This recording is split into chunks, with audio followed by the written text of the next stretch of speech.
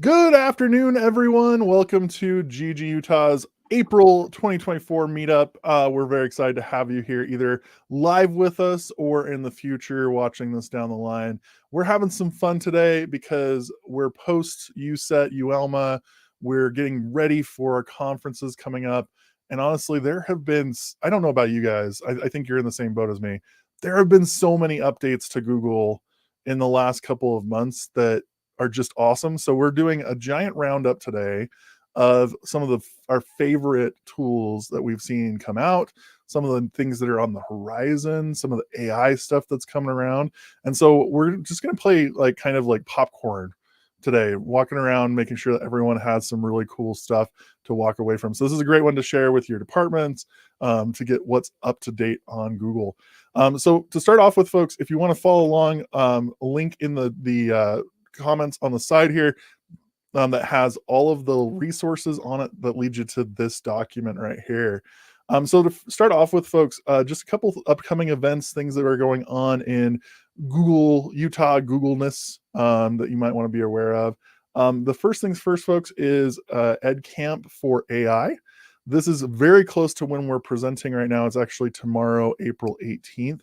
I will be there as one of the panelists for the keynote, but also a bunch of other of us are going to be there.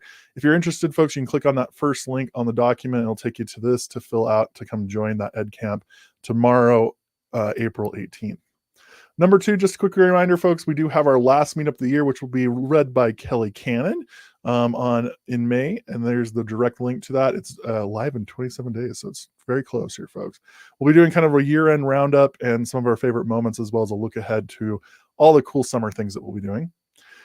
Number three, folks, quite a few of us on the GEGUtah leadership team will be heading to ISTE in Denver.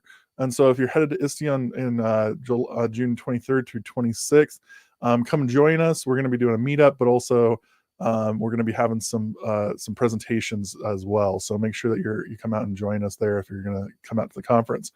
And the last one, folks, is Utah Rural Schools Association. This is July 15th to 17th.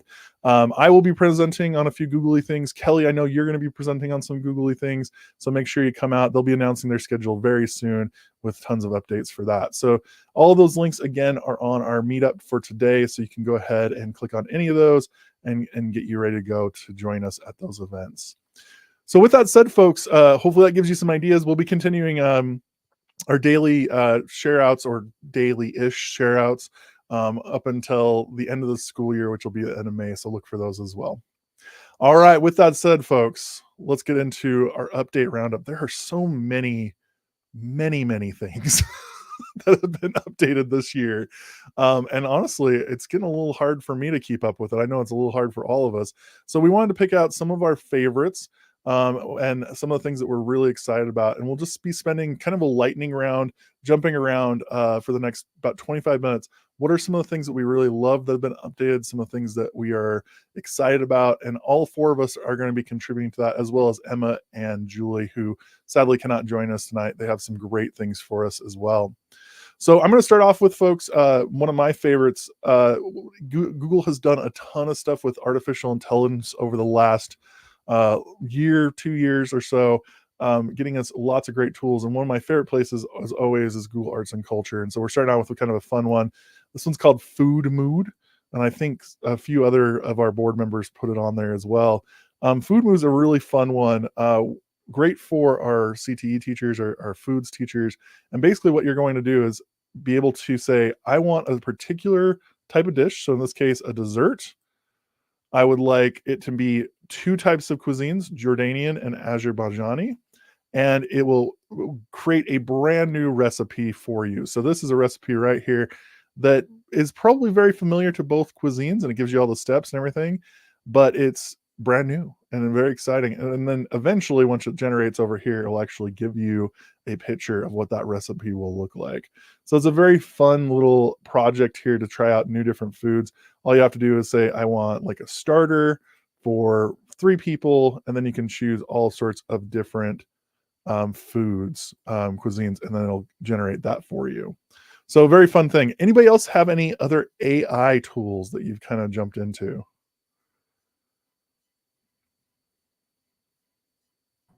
So I have one or two that I added. The first one that I put on was Quick Draw. And that's one of our favorites as GEG leaders, and also just out, I guess, in the Googleverse right now. So what I like about it is that it gives you a prompt. It's kind of like Pictionary, but it's with your computer. So Matt's modeling that for us, and then AI is guessing what you're drawing. And this is just kind of showing students how AI guesses, that it's not magic, but that it's an LLM, or a large language model AI. So Matt is modeling rain for us. And it's important to go to the very end of this, because then it will kind of show you the I don't know, like the background behind how it works and why it works.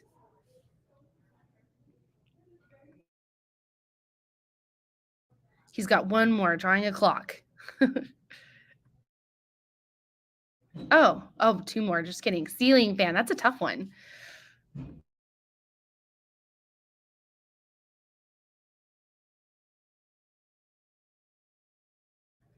And finally, stethoscope. And this is a really fun one to do with your students too. So anyway, and then if you click on one of the images, whichever one you want, Matt, then it will show you what your drawing looked like, and then it will show you what it compared it to in order to guess. So that kind of synthesizes how your AI puts your information together to guess.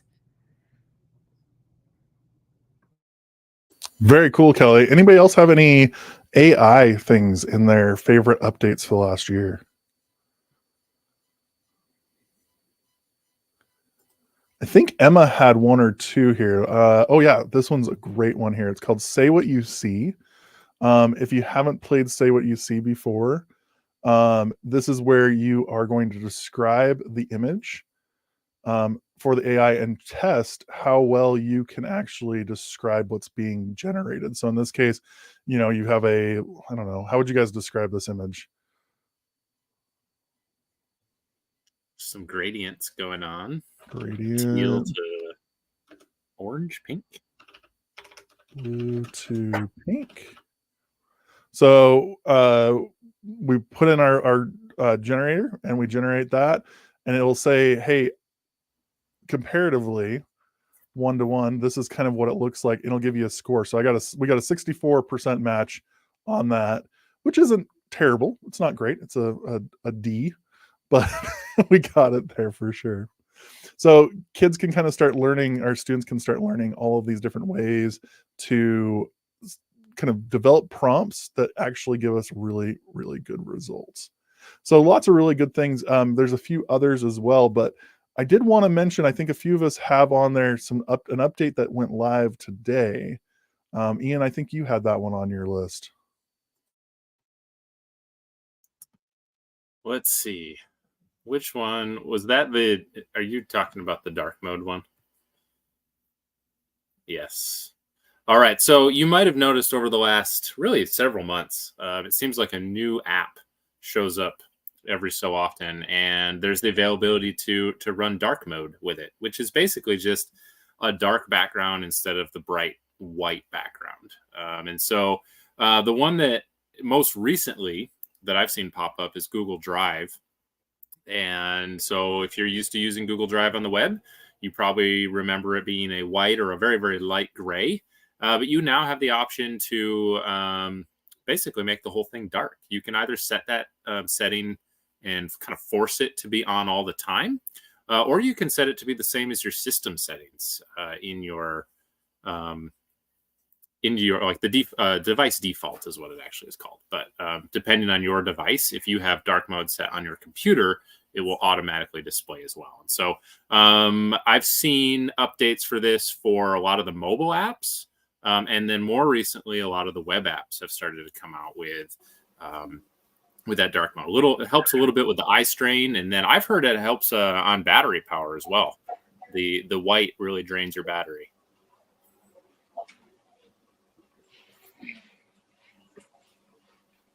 Absolutely. I saw this today and I went, ooh, that's a fun one. The eye strain portion is pretty much everything on my phone is set to dark mode because it just helps with my eye strain at night, or when I'm in like a low light area. this is fantastic and so easy to set and so easy for our students to set. I know a lot of our students will probably absolutely love having dark mode on Drive. What other things do you let's say, Deanna, what's one of yours that you would love to talk about? Oh, one of the ones that I use a lot is Google came out with the appointment schedulers where you can schedule your appointment slots in there. But the latest update they put in there was you can add a co-host now. So you can be sharing that same appointment slot with a co-host. So like if they have to change something in it or alter a time, they can go in and alter it on that same, even though you created it as the creator. It's kind of cool. You have a co-host. So where is that Deanna on here? I'm just curious. Okay, so if you go to calendar, so you go to the main part of calendar. Okay, cool. Okay, and then you go create. Okay. And then, so go to the create, you're going to add. Okay, and then go down to appointment schedule. Right in the main part, so if you scroll down, it says add co-hosts. And so then you can add people in to be a co-host for this appointment schedules slot you're making. So if they have to make changes or they do, it's great. I love the appointment schedule. What a great way to do like parent-teacher conference scheduling if you have a co-teacher, or like if you're working as a coach with your principal, like, and you need a co-meeting, or you're an administrator and you need to work with a departmental team. These are all great options to kind of work with a co-host. Well, you have district meetings and there's 3 of us that'll be on the same appointment schedule to go meet with different people. And so if there's a change, we all can see the change in the time or something. It's not like set for me or whatever. So that's nice. So you've used this pretty well, Deanna. Just a question from somebody who hasn't used this yet. Can I add more than just me and one person, or can I add as many people as I'd like? I've added 2. The most I've added right now is 2, me and somebody else. So I don't know what the limit on is of that. Does anybody else on the team know and the limit on that? I'm not sure. I haven't used the co-host feature. I've used appointment schedules when they changed that over from appointment slots. I think that was about a year ago, maybe. Yes. And that, I mean, the whole update has been great. We used to pay for a separate tool that did all this, and because of the updates they've made, we discontinued that because this does everything that we need now. Oh, sorry. Go ahead, Dean. No, that's okay. What I really like about it too, I don't know if you do, is that if for some reason you've got your appointment slot schedule created, and then all of a sudden you have a meeting that pops up, a district meeting that goes in there, it'll remove those slots for you. You don't have to think about it. Yeah. It just says, busy. I have one that I've created that's basically goes on forever. And that's the one that I have linked into my email. It just says schedule a meeting with me. And so it's basically just an open one that I can use at any time. But then I can create other ones as well. I can create a second link, a second appointment schedule that I can send out separately. So if I have some sort of a one-off appointment or something like that, that works great. The other thing that I really love about it is you can check multiple calendars too. So if you want to confirm, your calendar and a room calendar or something like that too, you can map those up or match those up.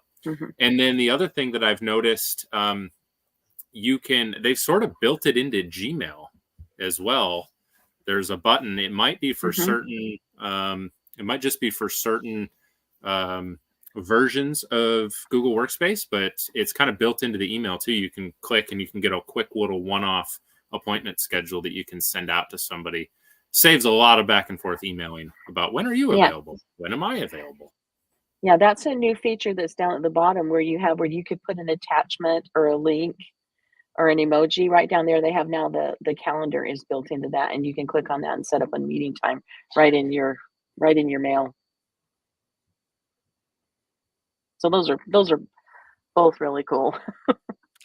Yeah, and while we're here too, I just want to shout out this. They've done a lot of really cool updates, and I don't know if anybody caught this, but cal.new, fantastic little shortcut, so you can get right to your calendar, start building an event. But they've also added some new. They had an appointment schedule, but also I love that they added focus time that blocks out your calendar. So if you know that you can't have a meeting and you need some time to work on a project, you can put focus time. Great for teachers to put on their prep time so that they can avoid meetings, and everyone kind of knows this is my time to work on what I need to do. They also have the tasks, so you can create a new task that you have, and that goes to your little side tasks everywhere within, which you guys can see all my tasks now. That goes inside your task bar over there. I'll second those features too. The out of office and the focus time as well. Both of those will automatically show as your status. So if you're in Gmail and you're trying to chat someone, it'll pop up and say, so-and-so's out of office until whenever that ends. So if you've got an appointment, or even if you have a whole day that you're taking off, or even if you're going to a conference, set the out of office. And that way people know that, maybe they're not going to get a response back right away when they go to chat you or send an email, because it gives that notification. Yeah. Along with it, this isn't an update, but it's one that I don't think enough people know about. But if you go into your settings and go to your settings cog and settings here as well, you can display multiple time zones in your world clock right here. And I find this so helpful if I'm either across the country at a conference and I need to know where people are scheduling and things like that, or if I work with a multinational or multi-state team, like I have meetings from people with East Coast or West Coast or Central Time. This way I can set some of these up and I have those forever. And those just sit right down here. So you can see I have, Utah, Denver time, but I also have, West Coast, Central, East Coast. And I did have a meeting with somebody from New Zealand, or Australia, so I put Brisbane time on there for a couple of weeks. I probably need to remove that one, but it's helpful to see those things, and not enough people know about that, especially for those of us that are kind of maybe at the state or district or admin level, maybe having meetings on virtually as well. All right. Anything else about calendar that is updated, or things that you guys love that you want to share? All right, I'm going to toss it to Kelly. What's another thing that you want to talk about on your list here? Okay, yeah. So I really wanted to talk. Sorry, I'm in a hallway, so it's a little bit loud. So I really wanted to talk about the AI test kitchen. If we could open that one. So this one is newer, I would probably say in the last couple of months. And it's just a way that you can create your own images, kind of like if you've used Adobe Firefly, so AI generated images. You can also, do we have time? Should we make one real quick? Let's make one. So Matt, if you'll model for us, let's do the image creator first. So with that image creator, you can type in anything and it will create something for you. So one thing I tried was a pink glitter rubber ducky eating pizza or something like that. And this one here is kind of explaining that, a creepy vampire. So Matt, why don't you give us something from you want to do that one? Whatever you want to do. Matt's driving today, so and obviously with AI and prompt engineering, the more specific you are, then the more options that you have. But Matt, do you want to click on that drop down there? So those drop downs are nice for students, because then maybe if they just want to change one thing, it will give them some options. And then you can generate it as many times as you want, and it gives you a few options. So that's Image FX in the AI test kitchen. Then if you want to click Matt over on the music, I really like the music FX. And the reason why I like that one is because you can type in any kind of music and it will give you a couple of different options. So Matt, do you want to create some kind of music for us?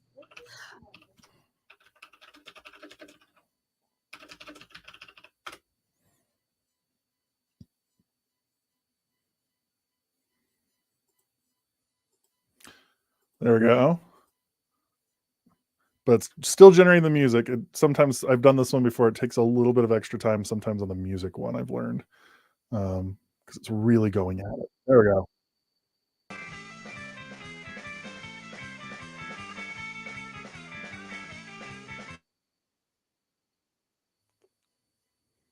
And a really cool feature of this one, Matt, if you go up to the top, there's a DJ mode. Have you tried that one yet, you guys? The DJ mode's kind of fun because you can play around with it a little bit more, add your own touches to it.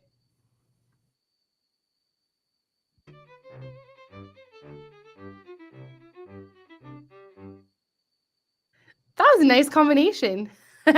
So anyway, that's Music FX. And then the Text FX is pretty fun too, because you can play with words. So I like doing alliteration. Like with students, I'd be like, okay, like give me all the animals that start with the letter A. And you can go over on the side and change it, or you can have them help you write. Like I see some other ones, simile, acronyms. So this might be fun. I know Matt used to teach English. So Matt, maybe you can share some ways that you would use this. I like alliteration, but like thinking about, like, for instance, like POV or scene, having students kind of learning storytelling types, that could be real, or like making a movie, figuring out how to correctly write a scene or use per point of view could be really helpful. But just the like general like acronyms, alliteration, things that simile, to kind of help them generate ideas for poetry as well, especially as they get older, that can be helpful. It's kind of like a AI version of a rhyming dictionary, which is always just fantastic for people as well. So I love awesome, that. Kelly. Oh, one more thing I want to add. So like Yeah. if you could go back to maybe like the alliteration. Something that I noticed is kind of fun is there's like a temperature knob. So like if you increase or decrease the temperature, it gives you like a more advanced or more basic setting. So that could be helpful depending on what students that you're working with. So the temperature is kind of fun to mess with. Very cool. I'll jump up to one of mine. Oh, that's the wrong tab. I just like, I wanted to go with some basic ones too that everyone can use. And Google Slides has added a couple really cool features, and this is just a really simple one that I think it makes it like kind of communicate better with like things like Adobe, or like compare better with like Adobe or Canva. But this was added just about 5 months ago.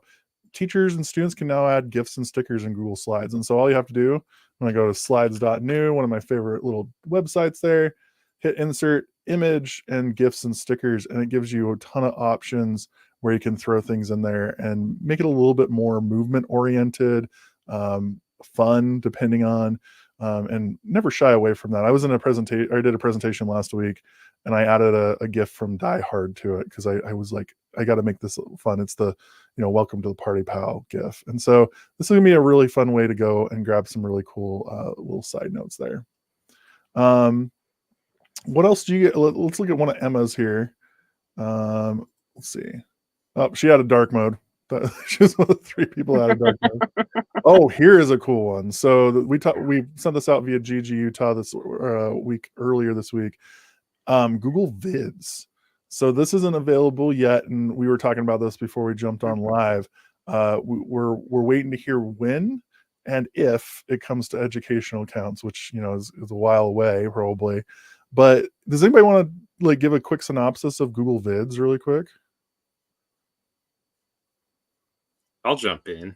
Cool. So basically, it's an AI-powered video creator. So it kind of reminds me of Google Slides.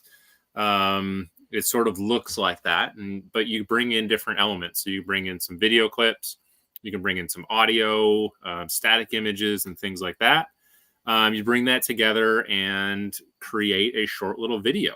And so it does some things to kind of help you with the design, which is where that AI piece comes in. But it looks really exciting. A lot of what I saw from it was sort of like really designed for like quick little sales pitches. So I think there's a lot of application where it could be really helpful in education. But to Matt's point, it is kind of a, we're just not exactly sure if it will be available for education or when it will be available for education. There's a lot of other pieces that need to be kind of tightened up, I think, before that becomes available. But it looks really promising. And it's kind of been marketed as like a new core app. So like docs or sheets or slides, which I think is a big deal because that hasn't happened in quite a few years. So I think there's a lot of opportunity there.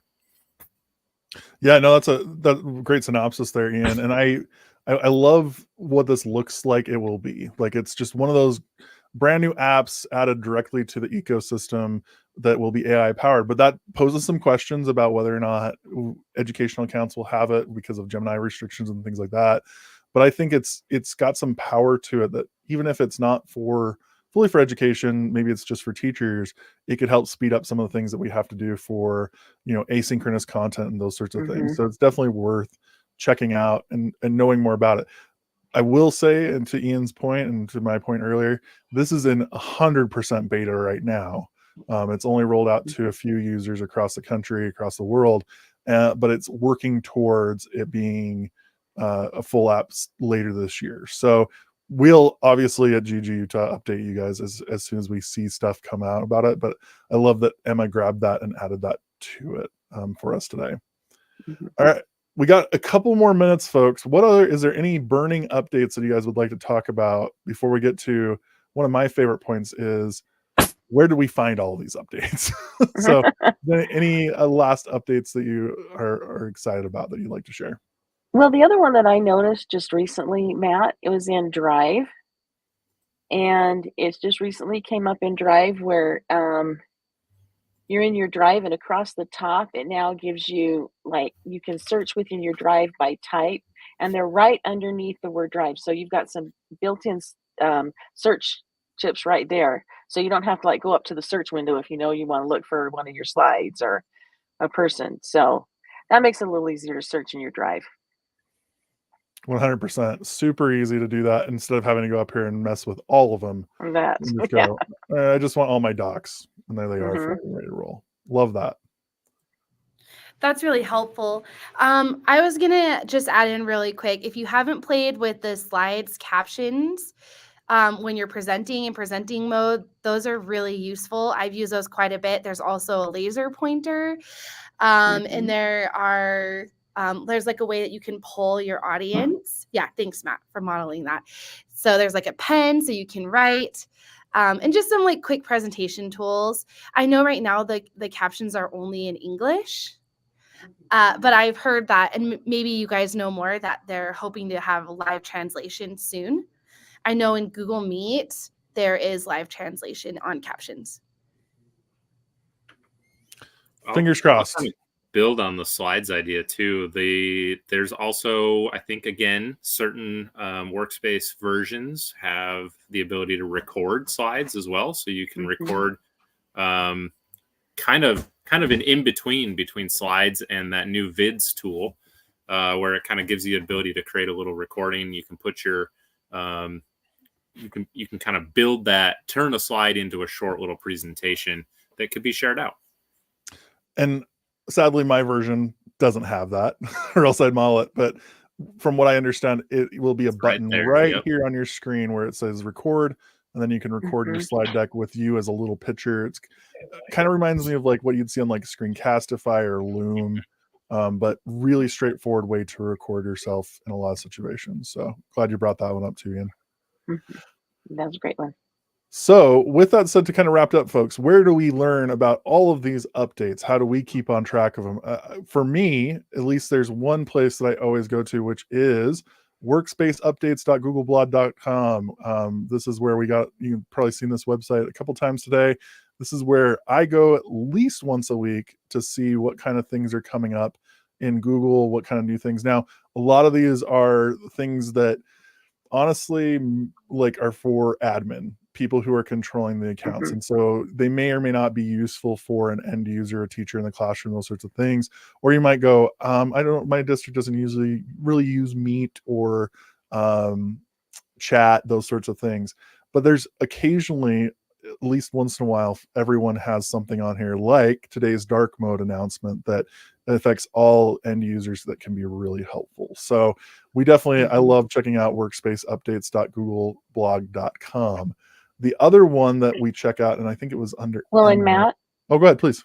Yeah, right down there on the side, if they want to put in their email, they could subscribe to it, so they'll get the updates from Google that'll come through their mail. So if they're interested in subscribing, so that they get them, they come in daily. That's a great reminder. I forget to subscribe to all for that one, but I should probably do that. I usually just come in every day and check it. I have it on a tab. The other one that I believe Emma, nope, not that one. There we go. Is just the general Google Workspace blog. They do a lot of updates on here as well. So this is just workspace.google.com, and you can kind of see a lot of help desk stuff, but also things that can kind of work it through. The last one that I think most of us go to, and I'm just going to go and grab it really quick, is Eric Kurtz's blog. Our friend Eric Kurtz over in GEGUtah, Ohio. He has tons of updates every week. And just kind of a quick note, he has this wonderful weekly post. It's called EdTech Links of the Week, and a lot of that is Google-y centric, but there's lots of other things on there. So you can check that out or subscribe to his newsletter as well. And there's lots of great stuff that comes out of that every single week. So with that said, folks, we're about at 4:30. Thank you for joining us either now or virtually in the future. We really appreciate you. Thank you to the GEGUtah leadership team. We appreciate you as well. Link is in the chat. We'll also be sending all of this out via our mailing list tomorrow. So check that out as well. So with that said, joining us next month, Kelly, what's the day that we're doing the next meetup? Do you remember? I think it's May 15th. May 15th. So come join us then. Kelly's going to be doing a rundown of the year as well as some upcoming things for the summer. So with that said, thanks everyone. Appreciate you. Bye. Bye.